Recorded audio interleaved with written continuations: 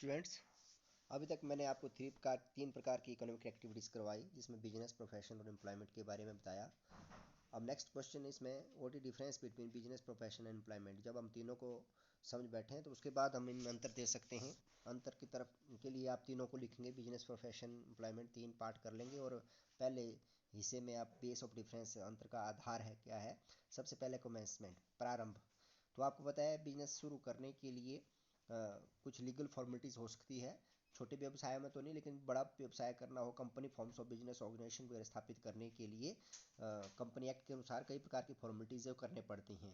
तो पहले व्यवसाय के लिए जो बिजनेस बताया मैंने, बिजनेस जो पहली आर्थिक क्रिया है उसके लिए आपको वैधानिक कार्यवाही पूरी करनी पड़ेगी। इसी तरह से जो प्रोफेशन होता है, पेशा है, उसको प्रारंभ करने के लिए, उसको स्टार्ट करने के लिए आपके पास कोई जो कंसर्न्ड आपकी इंस्टीट्यूशन है उसका सर्टिफिकेट होना चाहिए। जैसे आप डॉक्टरी करना चाहें तो MBBS की डिग्री होनी चाहिए आपके पास, या जो इस तरह की कोई भी प्रोफेशनल डिग्री जो है आपके पास होनी, तभी आप उस प्रोफेशन को शुरू कर सकते हैं। जहाँ तक एम्प्लॉयमेंट की बात है, तो एम्प्लॉयमेंट का पता ही है आपको कि एम्प्लॉयमेंट स्टार्ट करने के लिए आपको जो एम्प्लॉयर के द्वारा अपॉइंटमेंट लेटर दिया जाता है, उससे आप कोई भी रोजगार प्रारंभ कर सकते हैं। तो इस प्रकार से पहला किस तरह से शुरू होता है, ये तीनों में से कौन सी एक्टिविटीज़ कैसे शुरू होगी उसके बारे में बताया। दूसरा है हमारे पास नेचर ऑफ वर्क, कि कार्य किस प्रकार का किया जाता है। आपको पता है बिजनेस के अंतर्गत productions of things and services by buying and selling, वस्तुओं को का उत्पादन करना, उनको बेचना, इसके द्वारा जो है व्यवसाय क्रियाएं की जाती हैं। तो उसमें व्यवसाय की जो कार्य की प्रकृति है वो वस्तुओं का निर्माण या वस्तुओं का क्रय विक्रय है। इस तरह से प्रोफेशन के अंतर्गत हम क्या करते हैं, सर्विसेज प्रोवाइड करवाते हैं, लोगों को सेवाएं उपलब्ध करवाते हैं। तो पर्सनल सर्विसेज, जो स्पेशलिस्ट मैंने बताया था, कोई विशेष ज्ञान प्राप्त व्यक्ति जो है इन सेवाओं को प्रदान करता है। और एम्प्लॉयमेंट के अंतर्गत हम जो भी एम्प्लॉयर के द्वारा हमारे को जो हमारा जो नियुक्त है, जिसने हमारे को नौकरी दी है, उसके द्वारा जो हमारे को काम बताया गया उसको हम करते हैं। तो इस प्रकार से ये नेचर ऑफ वर्क का डिफरेंस था। तीसरा है इन्वेस्टमेंट, विनियोग, अर्थात पैसा लगाना। अब बिजनेस में आपको पता है बिजनेस विदाउट इन्वेस्टमेंट नहीं किया जाता है, बिना पैसे के हम व्यवसाय की कल्पना भी नहीं कर सकते हैं। इसलिए capital is needed according to the nature of व्यवसाय, कि क्या प्रकृति है, किस तरह का व्यवसाय है, ट्रेडिंग व्यवसाय है, मैन्युफैक्चरिंग है, या कितना बड़ा व्यवसाय है, उसके हिसाब से उसकी कैपिटल की रिक्वायरमेंट रहती है। प्रोफेशन में भी व्यक्ति अधिक कैपिटल की जरूरत नहीं होती है, लेकिन अगर कोई अपना क्लिनिक या अपना कोई ऑफिस खोलता है तो उसके लिए फिर पैसे की जरूरत पड़ती है। इस तरह से एम्प्लॉयमेंट के लिए किसी प्रकार की इन्वेस्टमेंट की जरूरत नहीं होती है। ये आपको पता है, नौकरी में पूंजी लगाने की जरूरत नहीं होती है, आप जो एम्प्लॉयर काम देता है उसको करते हैं, पैसा जो है एम्प्लॉयर लगाता है। चौथा पॉइंट है रिस्क। रिस्क का मतलब है जोखिम। तो सबसे ज़्यादा जोखिम आपको पता है बिजनेस में जोखिम रहता है।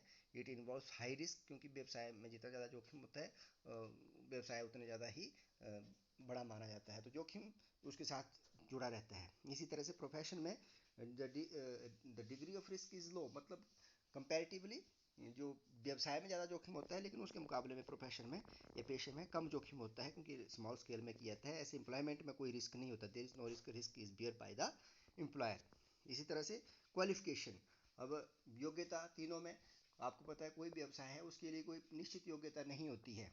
हालांकि कोई व्यक्ति पढ़ा लिखा होगा और व्यवसाय को अच्छी तरीके से चला सकता है।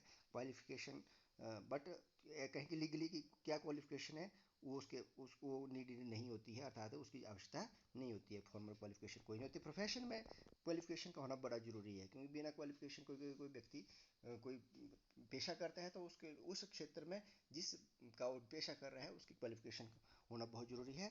जबकि एम्प्लॉयमेंट में there is not fix qualification क्या है, उसका कोई रेट नहीं है, कितनी क्वालिफिकेशन होनी चाहिए, कितना पढ़ा लिखा होना चाहिए। It depend upon the requirement of the employer, भी किस तरह का व्यवसाय है, किस तरह से कार्य है, उस तरह से उसकी क्वालिफिकेशन की जरूरत रहती है। ऑब्जेक्टिव, तो आपको पता है जो व्यवसाय है उसका उद्देश्य, मुख्य उद्देश्य लाभ कमाना ही होता है। बिना लाभ के कोई व्यवसाय किया तो उसको व्यवसाय नहीं कहा जाता है। जबकि पेशे का जो मुख्य उद्देश्य होता है वो लोगों को सेवाएं प्रदान करते हुए लाभ प्रदान प्राप्त करना है, to earn profit through services, या आय प्राप्त करना होता है। जबकि एम्प्लॉयमेंट के अंतर्गत to earn income by salary और वेजेस, अर्थात आप कार्य करते हैं तो उसके बदले में आपको वेतन या मजदूरी प्रदान की जाती है। तो उस वेतन या मजदूरी के लोग काम करते हैं। तो main objective is to earn money through service.